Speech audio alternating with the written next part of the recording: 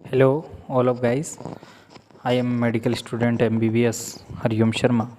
मैं आज आपके साथ अपने नए चैनल के जो MBBS नीट रैंकर्स के साथ आया हूँ।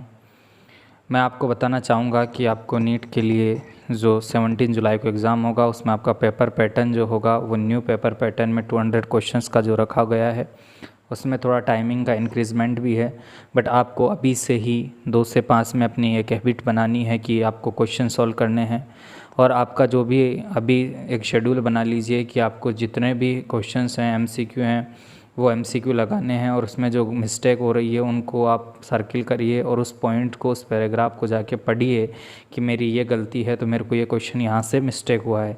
जैसे अगर आपने एक क्वेश्चन पढ़ा और आपको ब्लड प्लाज्मा से रिलेटेड क्वेश्चन था कि उसमें फॉर्म एलिमेंट क्या है, RBC की काउंटिंग क्या है, RBC का लाइफ साइकिल क्या है, तो अगर वहाँ से कोई क्वेश्चन गलत हो रहा है, थ्रोम्बोसाइट्स में क्या होता है, प्लेटलेट्स की नंबर क्या है, तो वहाँ से अगर कोई क्वेश्चन गलत हो रहा है या उसमें मिस्टेक हुई है तो प्रॉपर उस टॉपिक को जाइए और वहाँ से पढ़िए। तो आपको ये पता भी लग जाएगा कि प्रीवियस ईयर से क्वेश्चन किस पोर्शन से ज़्यादा क्वेश्चन आ रहे हैं। ठीक है।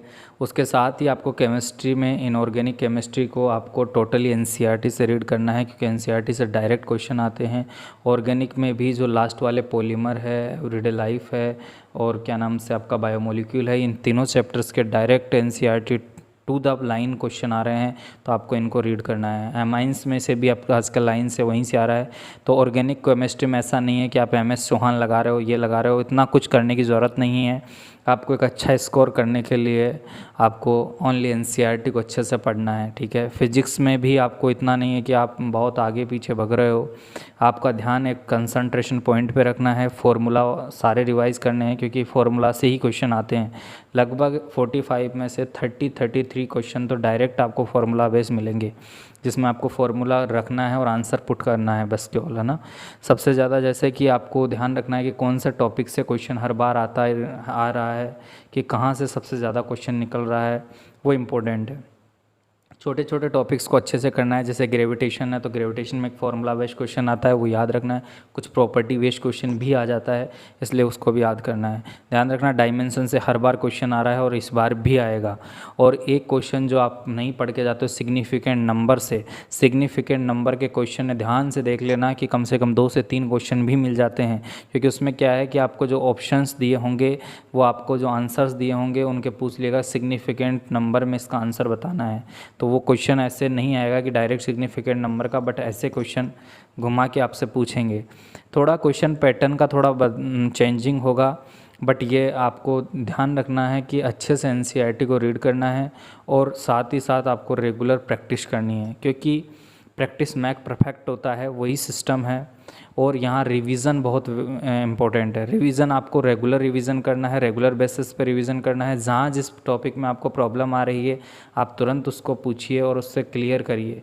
तो आपका कोई डाउट नहीं रखना है, सारे डाउट्स आपको क्लियर करने हैं और उन डाउट्स को आगे नहीं ले जाना है क्योंकि जो डाउट आज रह गया वो फिर एग्ज़ाम में भी नहीं क्लियर होगा।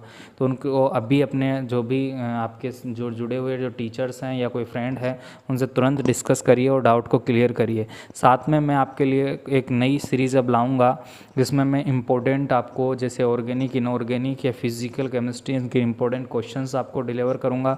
साथ में पूरा कंप्लीट बायोलॉजी का मैं आपको क्वेश्चंस प्रोवाइड करूंगा, इम्पोर्टेंट कॉन्सेप्ट्स को रिवाइज़ कराऊंगा। बट ये सब कुछ हेल्प होगी उनके लिए जो ड्रॉपर्स बच्चे हैं, जो अभी उन्होंने प्रिपरेशन कर रहे हैं उनके लिए। ऐसा नहीं है कि 12th वाला बच्चा अगर डायरेक्ट देखता है उसको कोई प्रॉफिट नहीं है। बट मेरा कहने का मतलब इतना सा है कि आपको सेलेक्ट होना है, एक एप्रॉन, एक स्टेथोस्कोप अगर लगाना है तो इसके लिए आपको केवल कुछ नहीं, डेडिकेशन के साथ में कुछ दिन की मेहनत